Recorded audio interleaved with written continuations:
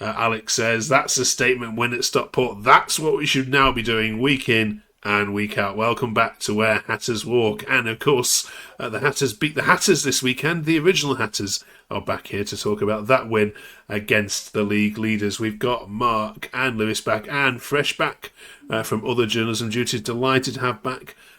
Kevin, how are you, Kevin? What have you made of all the hullabaloo at your club whilst you've been away?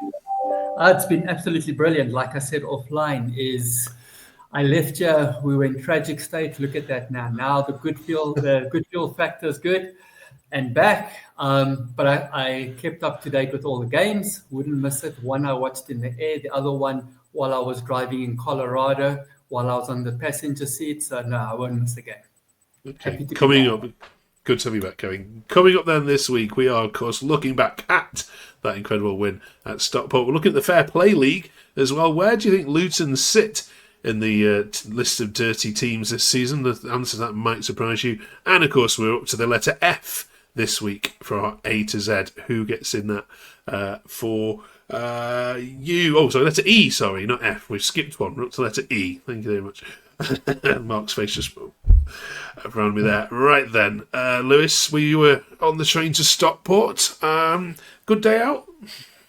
Yeah, probably the best away day I've been on in a very long time, considering how bad we've been away from home over the last 2 years. Definitely a fantastic away day, and what a great day out it was to go to top of the league. Before the game, we were all saying we would take a point, and the fact that we walk away with 3 points and we win 3-0 and we made it an easy game in the end was just fantastic. I don't think many of us could believe our eyes in the first half watching the way we were playing.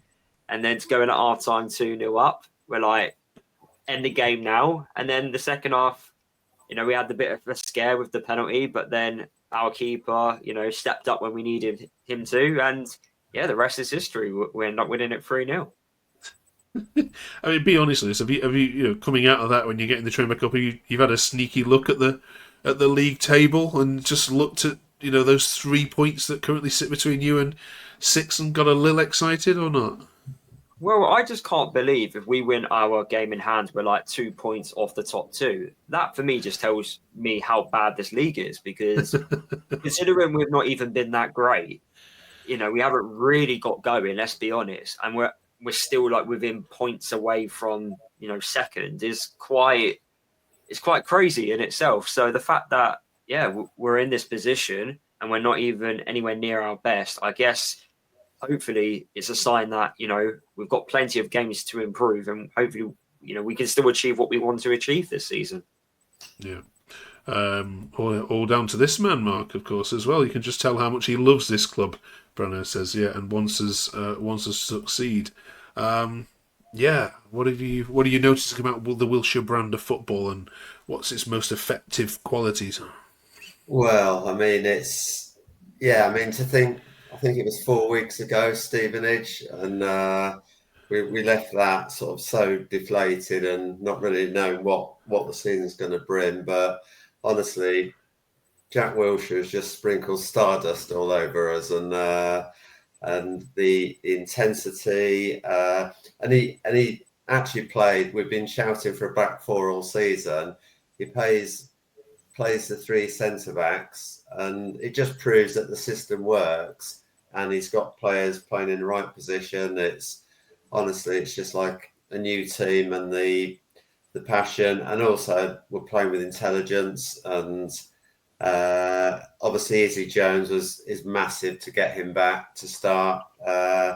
He's got players back that we haven't seen all season, so he's been fortunate in that sense, but he's made his own look, and I just think everyone loves playing for Jack. And the away end is, I've not experienced that away end for 2 years. And bear in mind, we've had away wins like Burton and Peterborough, but that was just we've beaten the best team in the league. Well, we've actually dominated, and they were the best team in the league, and I think it's definitely a statement win. Yeah, I didn't realise your record over Stockport's amazing, isn't it? That they haven't Something like they haven't beaten you in something like 10 years or something like that. We've still won every game we haven't conceded in. They're the only games we've won. Right, Kevin, which players stood out for you? And if you can throw Mads Andersen into this conversation, that'd be great, because I've got a lovely bit of some lovely stats on him coming up. No problem. I actually do think he's one of the players that definitely stood out. I looked at his figures a bit earlier as well, and maybe you're looking at those figures. The amount of intercepts he made was quite incredible. He won a lot of the aerial duels.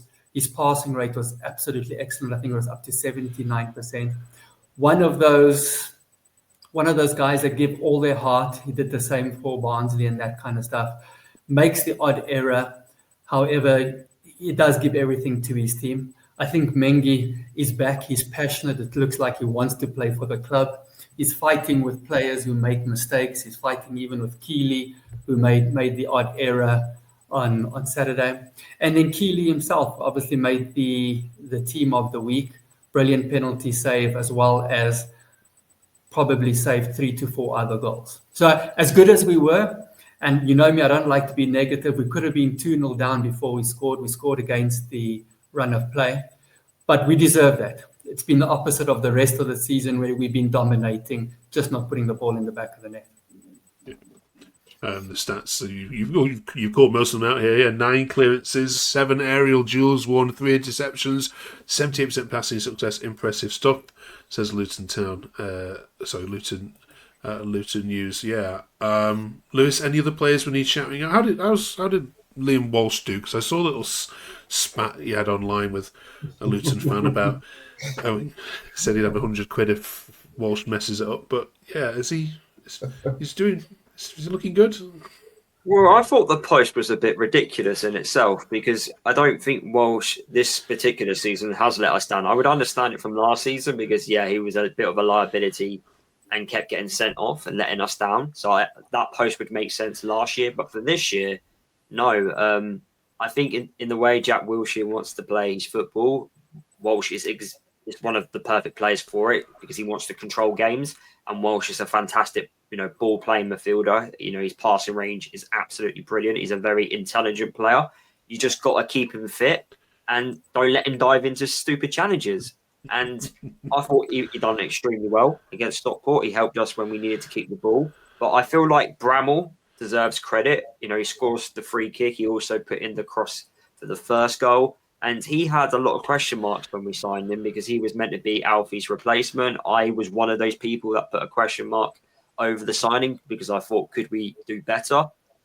But you know what? I don't think he's actually put much wrong, if I'm being honest with you, since he signed for the football club. So I think he definitely deserves the credit. And he scored another free kick. Yeah, good shout.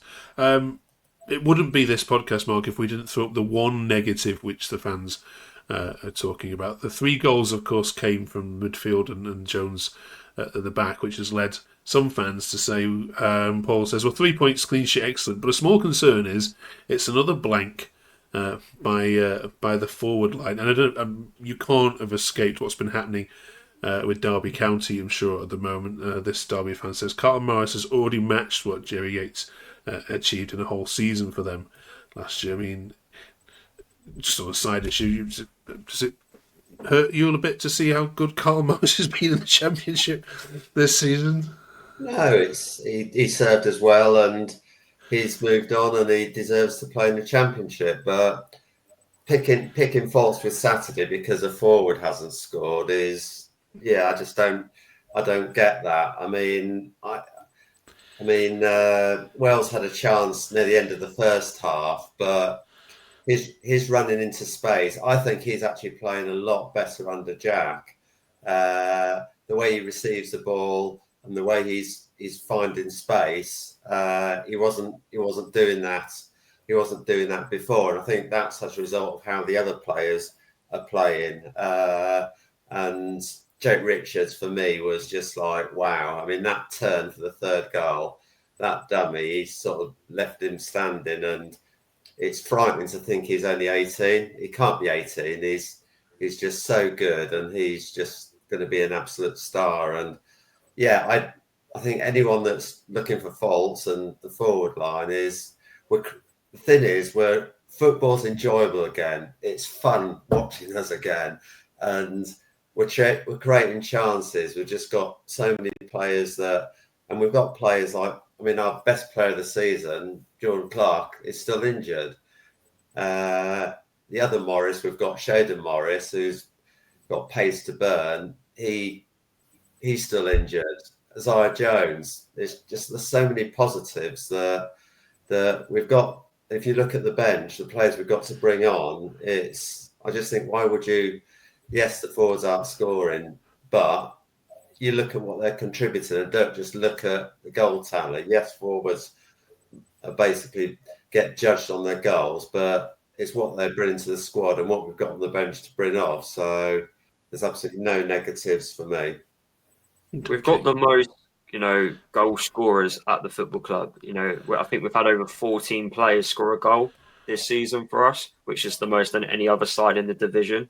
And also, when you win promotion, you need goals spread out. You can't just be relying on a couple of players. It needs to be spread out through the squad. And I feel like in recent years, we've been relying on players like Morris to be just the sole goal scorer. If goals are happening, it doesn't matter who's scoring them. They can all get 50 goals for all I care, as long as we're scoring goals. Yeah.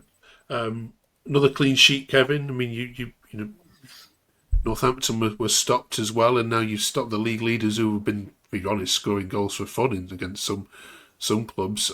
So defensively, what have you seen that's been different with Jack in charge? Once again, as we go, the keeper was great. There was a reason he was man of the match.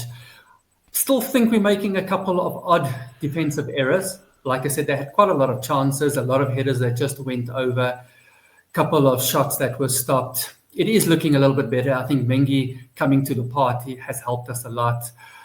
Anderson, obviously, like we said, had a brilliant game. Naismith is looking a little bit better, having a bit more confidence as well. So it's all about confidence, I think, at the front and the back. And the confidence is coming back. And the more we win, the more we get momentum, the easier it's going to become. Okay.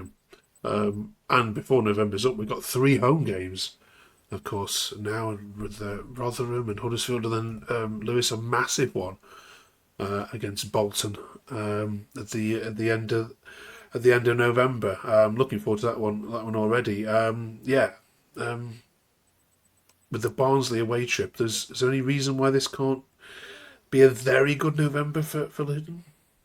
Well, if you get past this tough run of fixtures with a positive points tally, that gives us as fans the confidence, it gives players the confidence and the togetherness, the morale, everything that comes with getting positive results. It can only motivate us for the rest of the season and help us climb up the table. So if you could beat the best in the league, there's no negatives there, is there? We just need to kind of replicate these away performances at Northampton and at Stockport at home now, because that's the only thing which we haven't quite done yet. We haven't really had that, that really good, outstanding home performance.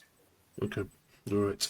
We'll look at the Fair Play League this week because it's an international break. So, Mark, where do you reckon Luton sit in? When we look at how dirty you've been this year? I wouldn't say we've been that dirty. I mean, obviously, referees give yellow cards out for breathing and just looking in the wrong direction. I mean, Josh Keeley's yellow card for wasting time on Saturday was just a joke. It was just like, it's almost like when you're if you're 2-0 up, then you get booked for like. But anyway, I digress. I don't think we are, and I'd probably say I was going to say 10th, and you've just put it up. So 7th, you are the 7th nicest team to play against. No red cards, 26 yellows in line with all the others. So I mean, there used to be years gone by, Mark, where you'd be top of that league, wouldn't you? With in terms of discipline, this is a much nicer Luton side. And George Savile has got 5 of them because he's suspended while he goes off to play for Ireland. So we did a good move on that one, using his suspension game up when he's away on international duty. Does that surprise you, Kevin, how nice you are this year? We spoke a couple of weeks ago about maybe we're being too nice, especially when we were losing. And you want that George Savile fight, that mongrel in him, which it looks like they are doing again. I will suspect that the yellow cards will increase, and we'll probably move down that ladder just because of the intensity. With intensity and with that heart comes tough challenges. But then, like Lewis said, I think we've been clever about it. Walsh hasn't lost his mind. No one else has lost his mind. It's great to be so far down the season with 0 red cards, because we've had a couple against, well, our opposition have had some against us, and that's affected the game. So that's been brilliant. Right, finally this week then we are looking at our A to Z of Luton Town, and we're up to the letter E. Bit tricky this one, given maybe the lack of players, but I'm sure some of you are going to pull a perler from somewhere. Open forum, anybody want to kick this off? I'll go first. You know what year I'm going to, don't you? Lars Elstrup. Our record signing at the time, I think it was about 800,000, and so Lars Elstrup and Paul Elliott, who broke his leg, and unfortunately when Steve Foster came in, he never really got back in, but he was a class defender. So they're my two. There's only 11 players that's played for Luton with the letter E, so there's not many to choose from. Kevin, Lewis, anything to add to this discussion? I've got 3. Maybe we can throw them in. Number 1 is obviously Eddie Paris. He was actually the first black player in 1937. So quite a landmark player. Played 7 games for Luton. And it's always the best to be a pioneer and first in there. Elijah Arabaya, we might have forgotten him, but he'll be back hopefully in January and February. And he had a tremendous effect on the team so long. And then the worst one, but there must always be a negative one, expulsion from the Football League in 2009, which we'll never forget either. Okay. That's with the surname begin with E, Kevin, for next week. But yeah, we'll let you off. Lewis, anything else? If we're not going player, I go with, especially in my era, because I don't remember the 80s or 90s, guys. So if we're going to go with like a moment, then it'd be our first Premier League win away against Everton. So sorry, Mark, I have to say that. Right. And then recently, I got to go with the youngest ever goal scorer in Luton Town history, Finn Evans, who made his debut a couple of weeks ago, 16 years old, scoring in the EFL Trophy. I can't really say any other player, really. It's a bit too beyond my time. All right. Well, thank you very much, you 3. What are we putting in there, Mark, then, out of all that lot? I'll go for Lars Elstrup. Okay. Well, right. Who do we forget, though, in the comments, please? All right. Thank you very much, you 3. Enjoy the week off from talking about Luton. We'll see you in 2 weeks' time, when, of course, we'll be talking about the Rotherham game. See you then.